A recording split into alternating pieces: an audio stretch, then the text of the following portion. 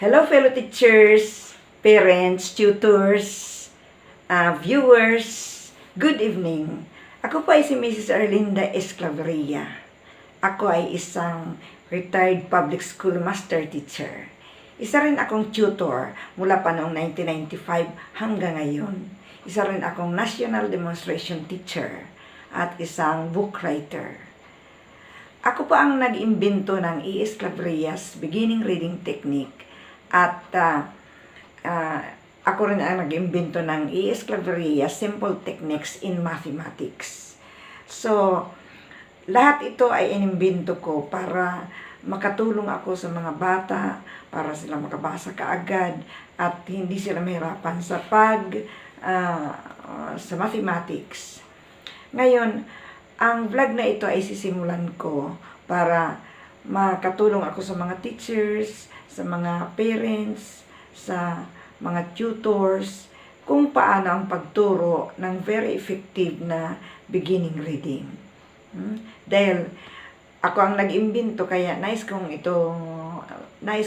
i-share sa inyo ito na kaunti kong nalalaman para mawalan tayo ng non-reader sa buong Pilipinas.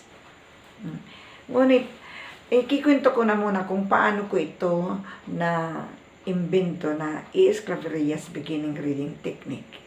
At yung mathematics sa na lang yun. Ngayon, paano ko ito na-imbento? Kasi may mga teachers na gustong malaman dahil kung minsan gusto nila isama sa kanilang research itong E. Esclaveria's technique. At kung minsan ako ayokong maisturbo, ayokong tanong sa akin.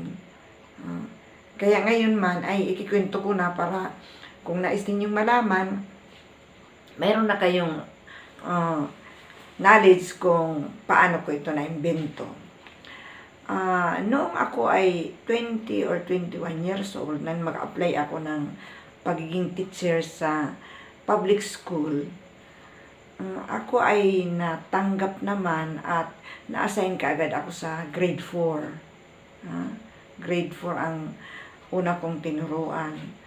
After several years, nalipat ako sa grade 5. At matagal akong nagturo sa grade 5 hanggang sa for 20 years. Nagturo ako sa grade 4 at mas higit na mas mahaba mas matagal sa grade 5. At doon sa grade 5 ay departmentalized ang schedule. At wala kang time mag-remedial sapagkat higtik nga ang schedule. Kung may bakante ang teacher, yung mga pupils niya ay nandoon sa iba-ibang section, sa ibang teachers. Kung may bakante naman ang pupils, ang teacher naman ay nandoon naman sa ibang section nagtuturo. So, hindi nagpapang-abot. So, wala talagang time mag-remedial ang higher grade teacher. At kung mayroon man, hindi naman nila alam kung paano pag-remedial kasi hindi nga sila marunong magturo ng beginning reading. Lalo na kung mayroon silang non-readers. So, palagay ko, natagalan ako sa grade 5 pero never na nag-remedial ako na gamit ang beginning reading. Nagsimula sa beginning reading. Talagang hindi ko alam. Ngayon, after 20 years of teaching in higher grade, napakiusapan ako ng aking principal kung pwede ako magturo i-handle ko muna yung mga grade 3 class, yung isang grade 3 class na iniwan ng teacher dahil nag-abroad papuntang US. Siyempre, wala tayong magawa kundi sumunod sa principal. Nang nandoon ako sa grade 3 class, nang pabasahin ko, ang hina-hina, ang bagal-bagal magbasa. So, ang ginawa ko, inisa-isa ko. 46 pupils yun yung grade 3 class na yun ay may 46 pupils. Nang isa-isahin kong pabasahin, natuklasan ko na only 8 pupils can read at mga pautal-utal pa, mga word readers pa. At the rest niyong 38 pupils were totally non-readers. Kahit isang pantig ay hindi sila makabasa. Kaya noong pamang 1990s ay marami na palang non-readers. So, ang ginawa ko dun sa 8 na nakakabasa ay dinala ko sa ibang sections ng grade 3 at pinagpalitan ko ng non-readers, mga pupils na yun na gustong-gusto naman ng mga teachers para mawalan sila ng non-readers. At nang kaharap ko na yung 46 totally non-reader pupils na grade 3, ay di ko na malaman kung anong gagawin ko. Paano pagturo? Hindi ko naman alam dahil galing ako sa higher grade.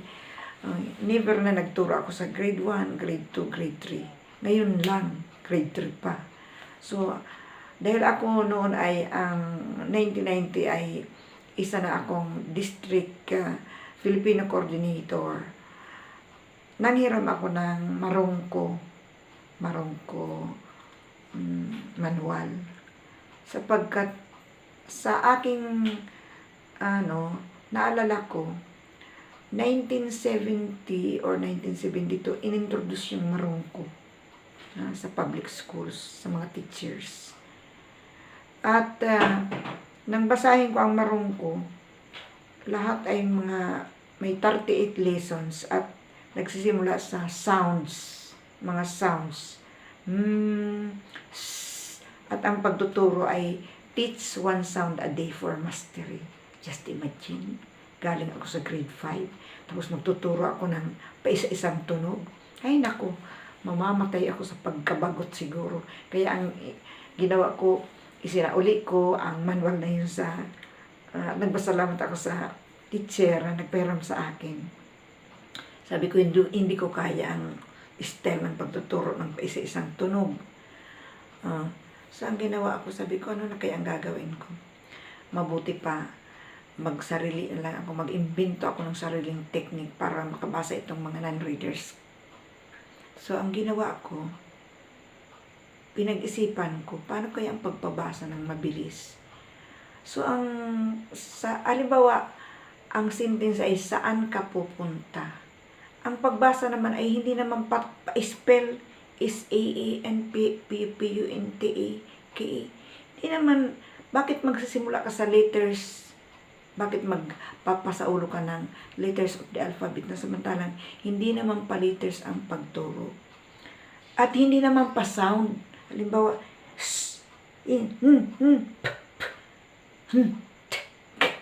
hindi naman ganun. Ang pagbasa talaga, dahil tayo ay mga Pilipino, ang pagbasa ay papantig by syllables. Saan ka pupunta? Diba? Mas magandang pakinggan, mas mabilis bigkasin. Kung patunog ay ang hirap-hirap pa dito sa bibig, sa lalamunan. So, ang ginawa ko, nag-decide ako. Magtuturo ako na papantig by syllables. Pero naisip ko na naman ang Kartilya methods na a, i, u, babi, bi, bubu, kakiki. Papantig nga yun, babi, bi, bubu, kakiki ko. Pero may pattern naman siya in alphabetical order at in a sing-song style. So, hindi ko rin gusto. Wala rin. Kasi ang bata ko minsan, a, i, u, nagbibilang pa ng daliri. Ayoko rin ng ganun. Isip uli. Naisip ko ang symbols. Sabi ko, maraming symbols na ginagamit. Halimbawa sa mga driver, no parking. Nakita ka ng symbol. Sa CR, yung mga pintuan ng CR para sa lalaki sa babae. Wala namang pangalan na film, may figure lang na babae sa lalaki. Kung minsan nga, yung pambabaeng CR, payong. Yung minsan, yung sa lalaki, sombrero. At yung Jollibee, yung mga batang maliliit na 3 years old, makita lang ang Jollibee. Alam na nila na Jollibee yun. Hindi naman nila nababasa ng Jollibee, kundi yung symbol na bubuyog. Alam na nila na yan ay restaurant ng Jollibee. Doon sila pupunta at kakain sila ng Chicken Joy. At kung McDonald's naman, kitang-kita na yung letter M. So, mga symbols ay napakadali. At kung ikaw naman ay bagong salta sa Maynila, hahanap ka ng symbols doon sa bahay na tutuluyan mo bago ka aalis. Malapit sa Iglesia ni Cristo, may puno ng mangga, may pulang gate. So, para hindi ka maligaw, pagbalik mo ay alam mo kaagad kung saan ka bababa. At naalala ko, may kambal akong tinuruan. Si GC saka si GR. Identical twin. At magkamukha talagang ang dalawa. So naghanap ako ng pananda. At nakita ko si GR may neural dito. Samantalang si GC wala. So kilala ko na si GR sa GC dahil si GR ay may nunal dito. So, ganun din, naghanap tayo ng piklat o kung ano-anong kapintasan doon para matandaan natin ang isang tao. Naghanap tayo ng landmark para matandaan natin ang isang lugar. At kung ano-anong hinahanap natin para madali nating matandaan ang isang tao, isang bagay, isang lugar. So, the best way to learn is pananda or symbols. So, yun ang naisip ko. Kaya, ang ginawa ko, lahat ng pantig ay ginawan ko ng larawang pananda para ito ang tatandaan ng bata. At ganun nga, ang A ay ginawan ko ng aso, ang ba ay ginawan ko ng bayabas pa noon, ang la ay ginawan ko ng lapis, at napakaganda. Talagang successful sapagkat after 1 month, nakabasa lahat yung 46 pupils na yun, ay nakabasa lahat. So, sabi ko, ang galing pala ng naimbento kong technique. At mula noon, for 5 years, nag-handle ako ng remedial class sa grade 3. At bago magtapos ang taon, lahat niyan ay nakakabasa na. So, malaking tulong sa paaralan na mabawasan ng mga non-readers ang grade 3 level. So, mula noon ay in-improve ko ng in-improve.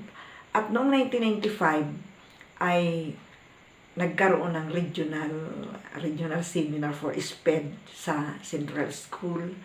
At nag-volunteer ako mag-demonstrate ng technique ko sa pagtuturo ng beginning reading sa mga totally non-readers from grades 1 to grade 4. At nagtaka sila dahil nakabasa kaagad ng words ang mga bata. At noon naman may isang principal doon na in-invite na naman ako mag-demo sa isang sector conference na composed of 10 schools. At sa sa seminar na yun, ay may isang teacher doon na nagsabi sa akin na napakaganda daw ng technique na yun na naimbento ko, kung kaya dapat ipaka-copyright ko. Sabi ko, paano pagpa-copyright? Ay gumawa ka niya ng aklat para maipaka-copyright mo. Kaya naging instant book writer ako para lang maipaka-copyright ko ang aking technique. At ngayon nga ay nakagawa na akong 3 aklat at naipublish ko yan. At binibili ng mga teachers. Marami ng teachers all over the Philippines. At mula nang mag-demo ako, marami na rin ang nag-invite sa akin hanggang sa nakademo ako sa school base, then district, marami ng districts, di na mabilang.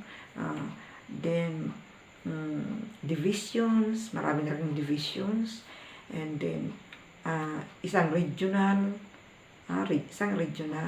and then 2 national seminar sa Baguio City, sponsored by PASATAF. Noong 2004 ay nag-demo ako first time ko mag-demo sa national seminar sponsored by PASATAF sa Teachers Camp, Baguio City. At lumaganap noon ang e-esclaveras technique all over the Philippines. At 2015 ay naimbitahan uli akong mag-demo. So, mula noon ay lagi na akong nagdi-demonstrate kung saan. Nakarating na akong Makati City, Cavite City, Cabuyao City, Masbate City, Puerto Princesa, Marikina City, at kung saan-saan pa. Sa Quezon Province, nakarating akong Polillo Island, nakarating akong Masbate. At sa Quezon Province, almost 7 districts ang nadimuhan ko dyan. So, at kung kayo gusto niyo na mag-imbita sa akin, pwede rin. Sa demonstration kasi, ang host schools ang nagbibigay sa akin ng mga non-readers, totally non-readers. 20 only. Tapos, within 1 hour, nakakabasa na sila. After may demo, bago mag-tapos ang demo, nagbabasa na sila ng a short story. From non-readers, nagbabasa na sila ng short story with 3 sentences or 4 sentences. So, ganun kabilis ang E-Esclavierias techniques. So, ang E-Esclavierias technique ay may 4 na lessons lang. At sa loob lang ng, kapag ang bata ay matalino, within 1 hour or 2 hours, makakabasa na siya ng aklat sa English and Filipino. At ang average ay 5 hours. At ang slow learners, from 15 to 30 hours. So, walang magiging non-reader kung gagamit ka ng E-Esclavierias technique. So, ito ang dahilan kung bakit na nakapag-imbento ako ng E-Esclavierias technique dahil sa binigay sa akin na 46 non-readers sa grade 3 class. At 5 years ako nagturo sa grade 3 ng non-readers. Yung ang ginagawa namin noon sa pag-enroll, hindi ako nag-i-enroll. Tapos silang nag-i-enroll. Pagkatapos nila, pipiliin nila yung mga 75 na marka. Tapos ipapadala sa akin yung mga bata. Ako naman, papabasahin ko isa-isa. Ang totally non-reader ay i-retain ko at ang nakakabasa ng kaunti ibabalik ko. Kasi kailangan ko lang ang 30. Ngayon, ang 30 ito ay nakakabasa kaagad bago magtapos ang taon, mga readers na sila. So, malaking tulong yun sa Kaya, i-recommend ko na sana ang mga principals, kung gusto ninyo mawalan kayo ng non-readers, dapat magkaroon kayo ng remedial class sa grade 2. Na mula grade 2 hanggang grade 6, ilalagay ninyo dyan mga totally non-readers para wala nang papasok na non-reader sa grade 3. Sa grade 3 pa lang, mahaharangan na. Mahaharangan na sa grade 3 pa lang, mahaharangan na ang mga non-readers. Hindi na sila makakarating sa grade 3. So, walang non-readers hanggang grade 6. So, sana, pangarap natin na mawala ng non-readers. Kaya, kung gusto ninyo, malaking tulong, i-recommend ko sa inyo na gumamit ng E-Esclavierias technique sapagkat after 5 years na pagtuturo ko sa non-readers class, ako ay napakiusapan naman ng principal na magturo sa grade 1 sapagkat ng taong yun ay naging pilot school ang Central School at kailangan ang grade 1 talaga magaling bumasa. Kaya nailipat ako sa grade 1. For 13 years, hindi na ako umalis sa grade 1 sapagkat napakaganda pala magturo sa grade 1. Very challenging. At doon ko lang na feel ang talagang satisfied ka mabuti ang pagiging masayang ang success ng isang guro na talagang tunay na happiness ang dalaw mo sa grade 1 sapagkat kitang-kita mo ang pinaghirapan mo from non-readers, mga beginners sila, mga blanco ang utak nila, then makalipas lang ang tatlong buwan, marunong na silang bumasa. By January, ang bilis-bilis na nilang magbasa sa English and Filipino. So, napaka-sarap ng feeling. Doon ko lang ito naranasan sa grade 1. So, para sa akin, the best grade ang grade 1. Pero sa grade 5, grade 4, hindi ko nadama yung kaligayahan na yan. Pero sa grade 1, nadama ko. Sapagkat ang grade 1 pala, dapat maging magaling talaga ang teacher sapagkat yan ang foundation of elementary education. Ngayon, kung ang teacher ay magaling at wala siyang non-readers, successful ang elementary education. Pero kung sa grade 1 pa lang ay marami na ang non-readers, babagsak ang edukasyon. Kasi kung marami kang non-readers, pagdating sa grade 5, grade 6, pag achievement test, marami ang may hila ng non-readers ang mga magagaling magbasa, maapektuhan. So, bagsak ang education. Kaya grade 1 pa lang, kailangan wala nang non-readers. So, sa susunod kong episode ay ipakikilala ko na sa inyo ang mga pananda at yung mga katangian ng mga panandang larawan at kung paano gagamitin ang E.S. technique. So, kung gusto ninyo masubaybayan ito, kailangan i-share ninyo ito, i-like, at mag-subscribe kayo. Then, pindutin yung notification bell. So, sa ngayon ay tatapusin ko na muna itong vlog. Thank you for watching. Good night.